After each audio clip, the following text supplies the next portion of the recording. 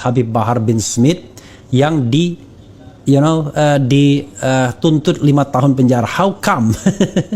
Jadi benar-benar ya, bandingkan coba dengan sidang yang Ferdinand Huttaheyan misalnya ya, yang ditangkap belakangan, ya ditahan belakangan, sekarang sudah bebas, dituntut cuma 7 bulan, kemudian masa hukumannya 5 bulan, selesai ya, bulan Juni yang lalu selesainya.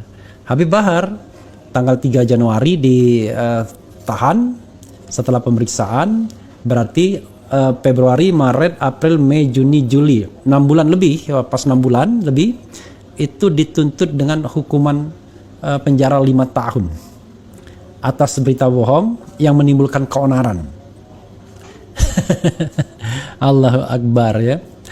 Jadi tuntutannya itu lebih tinggi daripada koruptor yang ada yang cuma dituntut 4 tahun dan lain sebagainya dan lain sebagainya. Padahal kesalahan Habib Bahar adalah menyampaikan sesuatu yang juga menjadi keyakinan sebagian besar publik, dan tidak hanya Habib Bahar yang berkeyakinan seperti itu. Dan keonaran yang dimaksud pun bersifat digital. Tidak ada keonaran aktual yang memunculkan korban jiwa, korban harta, cedera dan lain sebagainya dan lain sebagainya. Jadi kita hanya bisa mengelus dada kalau hukum penegakannya begini. Bayangkan, mudah sekali menangkap orang dengan memberikan hukuman yang lama. How come? Negara lain mungkin akan tertawa, ada orang dihukum dengan tuntutan 5 tahun hanya karena dianggap menyebarkan informasi yang sebenarnya sudah menjadi keyakinan umum. Kita balik kepada seperti zaman dahulu kala ya, ketika Galileo Galilei kemudian dihukum hanya karena menyatakan bahwa yang menjadi pusat tata surya kita adalah matahari bukan bumi. Jadi zaman-zaman abad ke-8 ya. Dan juga soal berita bohong terkait perayaan Maulid Habib Rizik. Padahal kalau dia melanggar protokol kesehatan ya memang dia tidak bisa ditangkap, tidak bisa ditahan karena protokol kesehatan cuma 1 tahun ancaman hukumannya. Tapi karena dia dianggap melakukan provokasi ya dalam Maulid itu, yaitu provokasi untuk melanggar protokol kesehatan, dikenakan pasal 160. Nah itu pun ngarang-ngarang juga sebenarnya. Tapi sekarang Habib Rizik sudah bebas, tapi Habib Bahar sekarang menghadapi tuntutan 5 tahun yang tidak masuk akal ya. Padahal harusnya ya bebas, karena tidak ada kesalahan yang signifikan, unsur-unsurnya tidak terpenuhi secara sempurna. Jadi unsur pasal 14 ayat 1 itu sobat era sekalian, yaitu menyebarkan pemberitaan bohong. Nah pemberitaan bohongnya apa? Kan sesuatu yang masih dalam perdebatan publik, soal luka-luka, soal penyiksaan terhadap Laskar FPI itu kan masih dalam perdebatan publik, masih dalam keyakinan publik sesungguhnya. Tidak ada otoritas yang mengatakan bahwa yang sebenar itu adalah tidak ada penyiksaan. Nggak ada. Memang ada pengadilan yang membenarkan tindakan katakanlah 2 prajurit, 2 bawahan dalam katakanlah menembak 4 orang, tetapi itu kan tidak menutup spekulasi publik sesungguhnya. Masih ada buku pelanggaran HAM berat yang dibuat oleh tim TP3 misalnya, yang seandainya kalau dianggap itu berita bohong, ya ditangkap semua orang-orangnya, harusnya kan begitu jadinya. Jadi sahabat era sekalian, hukum ya seperti inilah. Hukum ditegakkan seperti ini ya, gawat juga hukum kita ya. Saya tahu sebagian orang barangkali akan berteriak, akan bertepuk tangan dengan tuntutan 5 tahun itu walaupun nggak masuk akal. Jadi seperti yang saya katakan tadi, Syahganda Nainggolan, Anton Permana, semuanya dihukum hanya 10 bulan saja ya, dengan pasal yang sama. Walaupun memang untuk Syahganda Nainggolan awalnya dituntut dengan hukuman 6 tahun, tapi kemudian hanya divonis 10 bulan.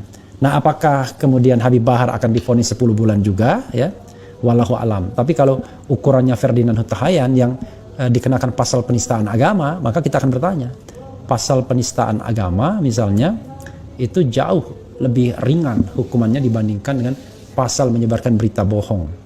Tapi padahal unsur-unsurnya tidak dipenuhi secara lengkap ya. Itu yang menjadi persoalan sobat era sekalian. Karena itu ini menjadi sesuatu renungan bagi kita semua. Lama-lama nanti negara ini horor jadinya ya. Orang diintip kira-kira ngomong apa dia, nah ketahuan, ketemu berita bohong. Padahal setiap berita itu kan bisa diklarifikasi kalau seandainya keliru. Kita tidak mungkin ingat semua hal ya. Jadi dalam pikiran kita ingat semua hal itu kan tidak mungkin.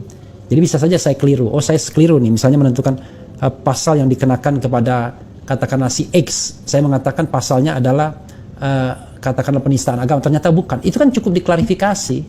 Kan tidak semua manusia itu ingatannya itu kuat gitu.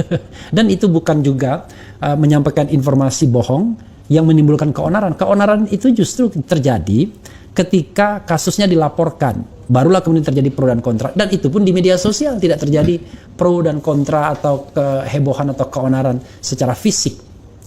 Secara fisik itu yang memunculkan mungkin korban jiwa, korban harta, korban cedera, ya, atau keadaan yang social disorder gitu ya, keadaan yang kacau.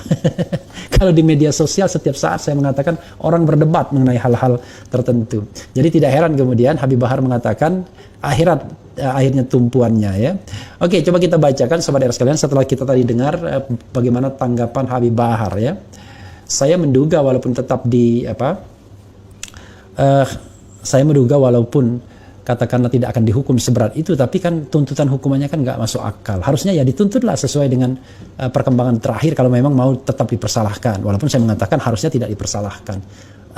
Makin rusak demokrasi kita kalau setiap orang yang berpendapat dan kemudian mengatakan pendapatnya tiba-tiba ancaman hukumannya adalah dengan 10 tahun ya, on the text, on the paper, dan bisa kemudian secara nyata dituntut 5 tahun seperti Habib Bahar ini. Allahu Akbar ya.